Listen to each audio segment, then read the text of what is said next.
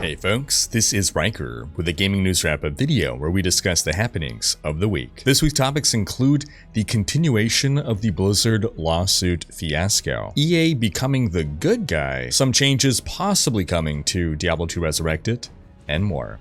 As always, discussion timestamps can be found in the description below, but right before you skip ahead, just a quick reminder to ring that sub notification bell to be alerted to new Saturday episodes and stay up to date with gaming news highlights. Now, before we move on, just a quick word from this video's sponsor, Keeps, which is all about keeping your hair. Big props to the gentleman who can rock that shaved head look, but let's be real, it's not for everyone. And there's nothing wrong with just enjoying having and styling hair. But about 2/3 of men will experience some form of male pattern baldness by the time they reach 35. Now, there's no magic cure for baldness, but there are common preventative steps to stop it from progressing and keep the hair you have, including FDA-approved medications. But the key is to start before it's all gone and to be consistent. Keeps is a subscription service that focuses on making it easier and more affordable for men to treat their male pattern baldness, all from the comfort of their home. No needing to go to the pharmacy, shop around for different medications, feel self-conscious when the attractive cashier scans your baldness bills. With Keeps, you get automated shipping and delivery to your home every 3 months, and they offer generic brand versions of the FDA-approved medications, which makes it more affordable. They also offer online doctor consultations with a board-certified physician and can review your information and recommend the right treatment plan for you. So, if you're ready to take action and prevent hair loss, go to keeps.com/Riker or click the link in the description to receive 50% off your first order. That's keeps.com/RHYKKER. Diving into the news, with Gamescom happening this week, a lot of devs revealed new games, release dates, or other information on upcoming games.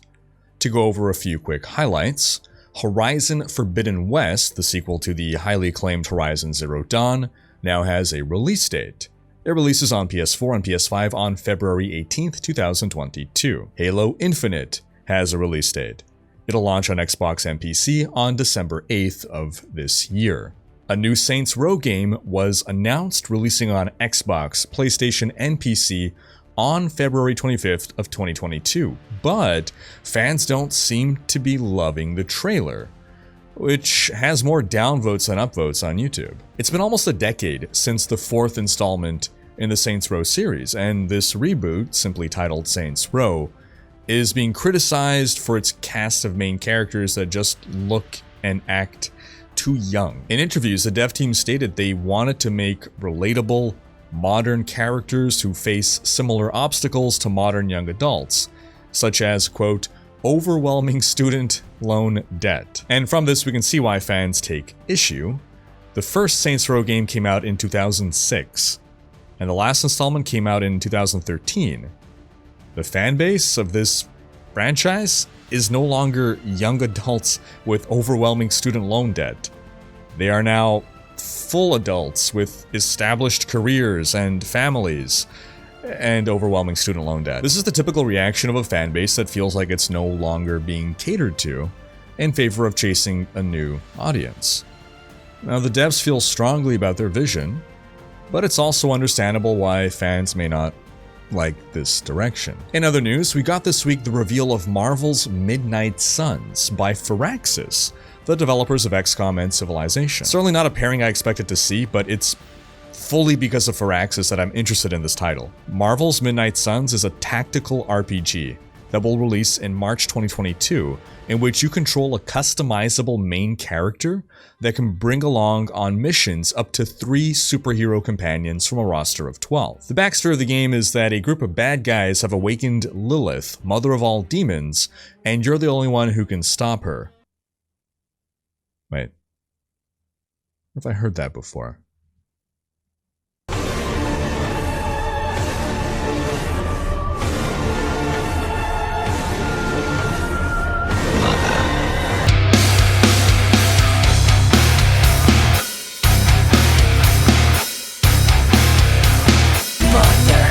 You play as Lilith's child, the only one able to kill Lilith, and these superheroes have basically come and awakened you or summoned you to take on Lilith. I'm generally not big on Marvel stuff, but this seems pretty damn cool. I like the dark edge to things, and Firaxis is really what sold me. In other news, EA announced this week its pledge for increasing accessibility in gaming. Posting on their website, they stated, quote, "Through our patent pledge, we're committing that every developer in the industry will be able to use our accessibility-centered technology patents royalty-free. Anyone can freely use these patents and implement our accessibility-centered IP in their own games to make them more inclusive. This pledge covers some of our most innovative technologies designed to break down barriers for players living with disabilities or medical issues. This includes those with vision, hearing, speaking, or cognitive issues." And not only will this help those with such issues, but this can benefit all players through improved user experience features like ping systems, UI customization options. And it's crazy to just think how barely a decade ago, EA was winning year after year the Worst Company in America award. It was finding itself at the center of tons of controversies, lawsuits, and overall was largely just regarded as the villains within the gaming industry. Who would have thought back then, fast forward a few years, and Blizzard Entertainment would be seen as the villain, and EA would be the good guy. This is like the biggest WWE wrestling heel face turn of the century. Well, you know what they say. You either die a hero, or you live long enough to see yourself become the villain. Then you just have to live long enough as a villain to see a bigger, badder villain come out, and then you can become the hero again. Now, speaking of Blizzard, there's more updates in the Activision Blizzard lawsuit. If you haven't seen our last update in this ongoing story, you can check out this video here. But the quick summary of everything is that after a 2-year investigation, Activision Blizzard is being sued by the California Department of Fair Employment and Housing, or DFEH for short. Now, this lawsuit alleges sexual harassment, employment discrimination, and retaliation on the part of Activision Blizzard. Since then, Blizzard seems to have fired certain employees, with the implication that those employees were associated with the allegations in some way. This week, the DFEH is expanding its lawsuit to cover not just Blizzard employees, but temporary workers as well, by changing the language in the suit from employees to workers. Further, the DFEH is now alleging that Activision Blizzard has been thwarting their investigation through employee NDAs and by shredding documents. The DFEA alleges that, quote, "documents related to investigations and complaints were shredded by human resource personnel and emails are deleted 30 days after an employee's separation." And while it may be normal to shred documents after some amount of time, since a company can't be expected to keep all of its documents for all eternity, you legally have to retain documents relating to an ongoing investigation, and the DFEH alleges that, quote, "documents and records have not been maintained as required by law." Now, Activision Blizzard publicly refutes this allegation. A spokesperson said that the company has, quote, "complied with every proper request in support of its review, even as we had been implementing reforms to ensure our workplaces are welcoming and safe for every employee. We have provided the DFEH with clear evidence that we do not have gender pay or promotion disparities. Our senior leadership is increasingly diverse, with a growing number of women in key leadership roles across the company. With regards to claims that we have destroyed information by shredding documents, those claims are not true. We took appropriate steps to preserve information relevant to the DFEH investigation. The spokesperson went on to outline all the changes that the company has been making since the lawsuit, including several high-level personnel changes, revamped hiring and recruiting practices requiring diverse interview panels, greater transparency on pay equity, expanded and improved training and investigative capabilities for human resource and compliance staff, created investigation teams outside of business units to support greater independence, restructured divisions to support greater accountability, enhanced review processes to include evaluation of managers by employees, clear boundaries on workplace behavior with a zero-tolerance approach to harassment and other actions that diminish or marginalize. Now, while this seems like a case of he says, she says, the full truth is likely somewhere in the middle of this muddled mess. Documents were shredded, that seems almost without question. Emails were deleted. but this could have all been part of standard operating procedure, and Blizzard didn't believe that the information they destroyed was relevant to the investigation. Thing is, you can't really prove that information you've destroyed was not relevant, since that information is, destroyed now. It certainly doesn't make Blizzard look good during a time when they already look bad. And this ties into things Blizzard has been trying to do as part of change, which now involves a message from the Overwatch team stating they'll be renaming a character. Quote, "We believe it's necessary to change the name of the hero currently known as McCree to something that better represents what Overwatch stands for. Going forward, in-game characters will no longer be named after real employees, and we will be more thoughtful and discerning about adding real-world references in future Overwatch content." In case you're not aware, the cowboy formerly known as McCree was named after now former Blizzard employee Jesse McCree, after the dev team failed to find a name fitting the cowboy, and ultimately felt that, oh, well, Jesse McCree, that sounds like a good cowboy name. Then after screenshots emerged implicating Jesse McCree with an employee named in the lawsuit, Blizzard recently confirmed that Jesse McCree is no longer with Blizzard, and some Overwatch fans have been asking that the character in-game McCree be renamed in light of all this. What will the cowboy's new name be? We don't know yet, but sound off in the comments with your suggestions. Shooty McBang seems to be a popular option.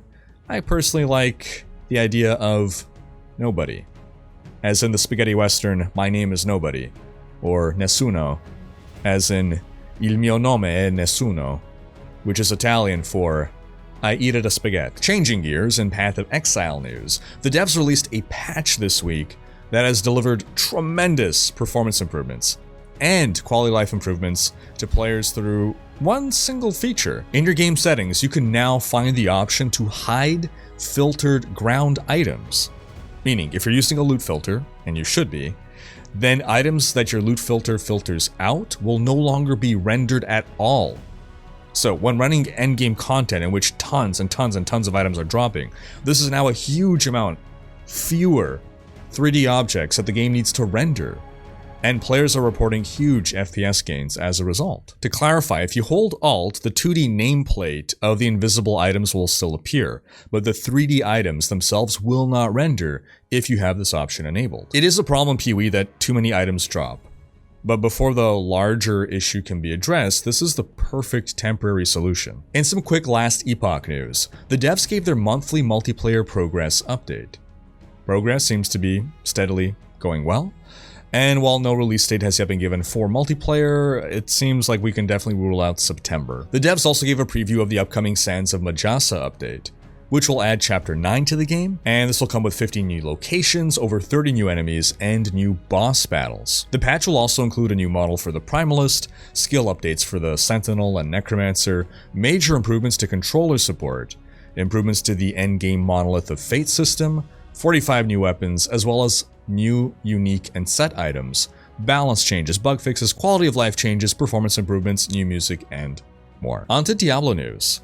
A community survey of almost 9,000 Diablo 2 players saw some major agreements on desired changes for Diablo 2 Resurrected. 80% want to be able to stack runes and gems rather than have copies take up one inventory slot each. 77% want additional item tooltips that shows the minimum and maximum roll of every stat, similar to Diablo 3 or Diablo 2 mods. 74% want some balance changes to mercenaries to make more mercenary options viable.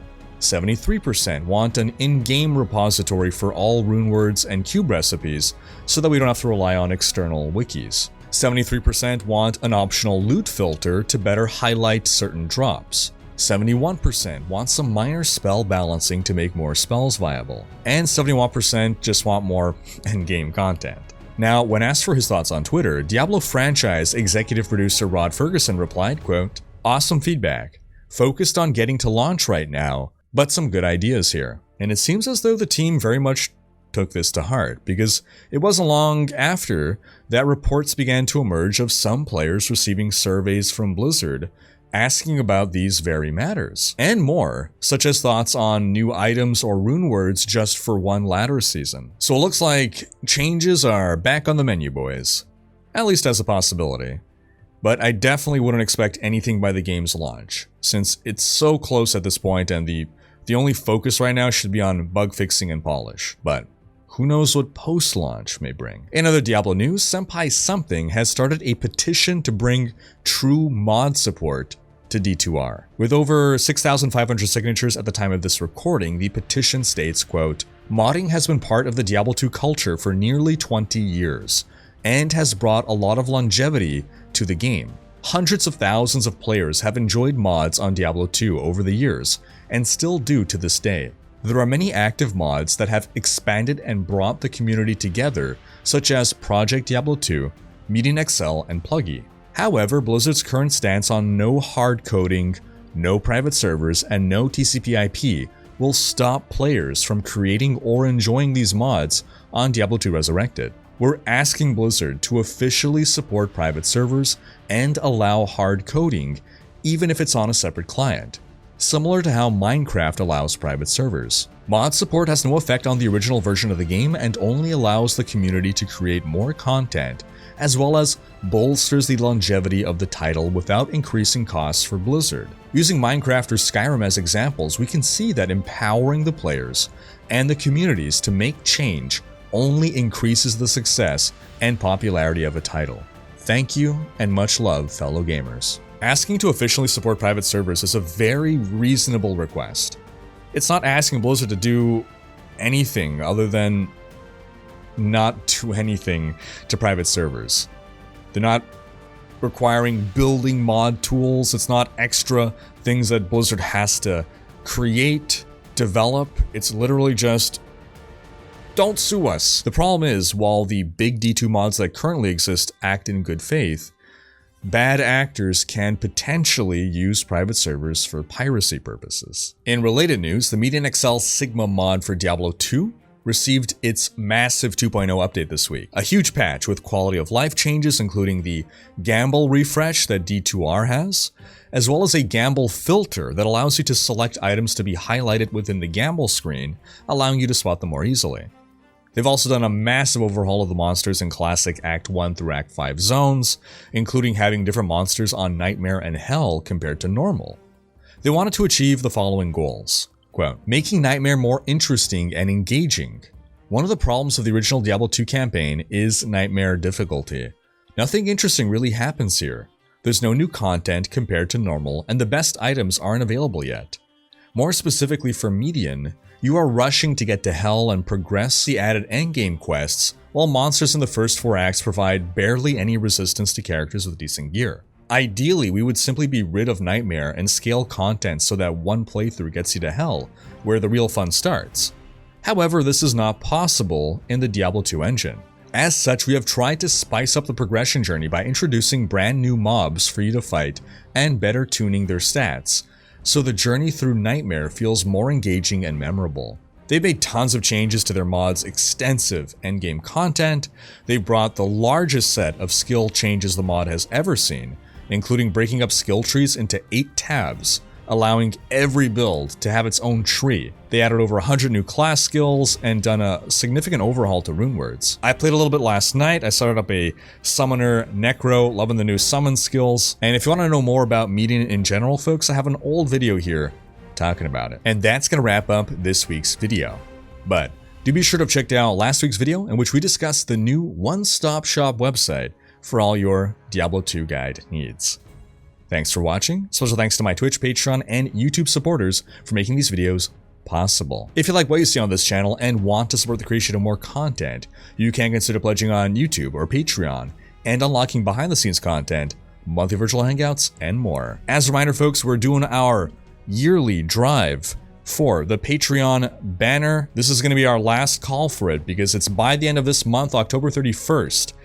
If you are a Patreon supporter, even at the $1 tier, you'll get your name on that banner, which will be selling in the shop. So this really is a last call for that. If you enjoyed this video, please share it. Check out these other videos and subscribe to join Rikers Raiders for more gaming content.